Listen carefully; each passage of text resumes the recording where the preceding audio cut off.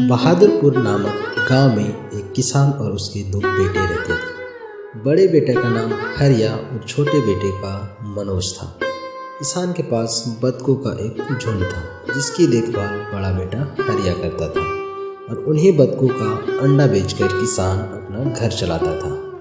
और एक दिन मनोज अपने पिता से, पापा मुझे साइकिल चाहिए। अरे बेटा मनोज, उतने पैसे भी नहीं है कि मैं तुम्हें साइकिल दिलाऊं, और अंडों की बिक्री भी ठीक तरह से हो नहीं रही है। नहीं पापा, मुझे तो साइकिल चाहिए। ठीक है बेटा, देखता हूँ, अगर अंडों की अच्छी बिक्री हुई तो साइकिल जरूर दिलाऊंगा। अगले दिन सुबह होती है, किसान अंडों को लेकर बाजार की ओर चल देता है। अंडे ले लो अंडे, अंडे ले लो अंडे। तभी एक ग्राहक आता है। ओ भाई, अंडे कैसे दिए? 100 रुपए में 10 अंडे। भाई कुछ ज्यादा दाम नहीं है? अरे ओ भाई, ये मुर्गी के नहीं बतख के अंडे हैं बड़े बड़े, इसलिए इनके दाम थोड़े अधिक हैं। ठीक है भाई, दे दो फिर 10 अंडे।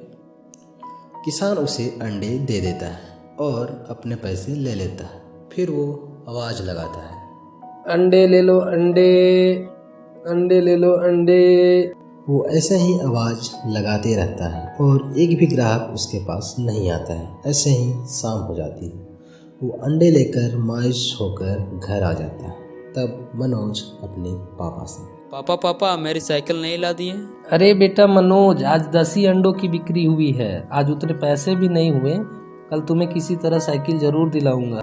फिर सुबह होती है और वो उसी उम्मीद से बाजार की ओर जाता है कि आज मेरे सारे अंडे बिक जाएंगे तो मनोज के लिए साइकिल ले आऊँगा।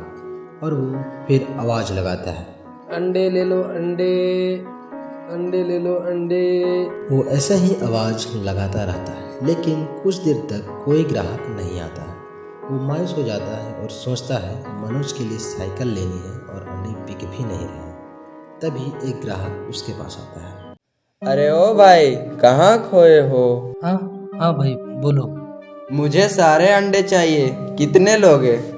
कुल 80 अंडे हैं, 800 लगेंगे। ठीक है भाई, मुझे सारे अंडे दे दो। किसान उसे पूरे अंडे की टोकरी दे देता है। उस दिन उसके सारे अंडे बिक जाते हैं। वो मनोज के लिए नए साइकिल लेकर घर की ओर आ ही रहा था कि तभी नई साइकिल लाते हुए उसे एक पड़ोसी राजू देख लेता है और वो सोचता है कि एक गरीब किसान के पास इतने पैसे कैसे आए, और वो उसके पीछे पीछे उसके घर तक पीछा करता है। और किसान अपने बेटे मनोज से, ये लो बेटा तेरी नई साइकिल, आज अंडों की अच्छी बिक्री हुई, मेरे सारे अंडे बिक गए। ये सारी बातें पड़ोसी राजू देख सुन रहा था। वो समझ जाता है कि इसके सारे पैसे बतखों के अंडों से आ रहे हैं। तभी वो बतखों को चुराने की सोचता है और अगली रात किसान के घर राजू बतख चुराने आ जाता है और एक बतख चुरा लेता है। ऐसे ही वो अगले दिन भी चोरी करता है, जिससे किसान को शक हो जाता है कि उसके बतखों की चोरी कोई न कोई जरूर कर रहा है। तभी वो किसान अपने बेटे हरिया से बोलता है, अरे बेटा हरिया, बतखे कैसे कम हो रही हैं? तू अच्छे से देखभाल कर रहा है ना? बतखे 20 से 18 हो गए हैं।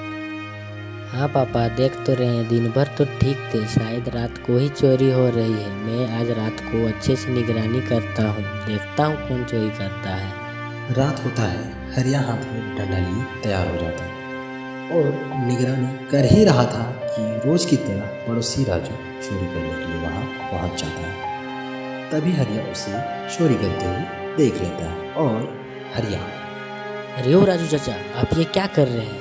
आप ही हमारी बतखों की चोरी कर रहे हैं। रुको, इसकी शिकायत मैं अपने पापा से करता हूँ। पापा, ये चोरी हमारे पड़ोसी राजू कर रहा है। ठीक है हरिया, मैं कल ही चौकीदार को बोल के पंचायत बैठवाता हूँ। सुबह होती है, पंचायत बैठती है। तब चौकीदार राजू से, राजू, तुम्हारी शिकायत मिली है किसान जी से कि तुम उसकी बतख चुरा रहे हो। नहीं, मैंने चोरी नहीं की है। तभी किसान का बेटा हरिया बोलता है, मैंने चोरी करते हुए अपनी आंखों से कल रात उनको देखा है। हाँ, मैंने चोरी की है, मुझे माफ कर दो। तभी पंचायत फैसला लेती है कि इस बतख चोर को गांव से बाहर किया जाए और उसे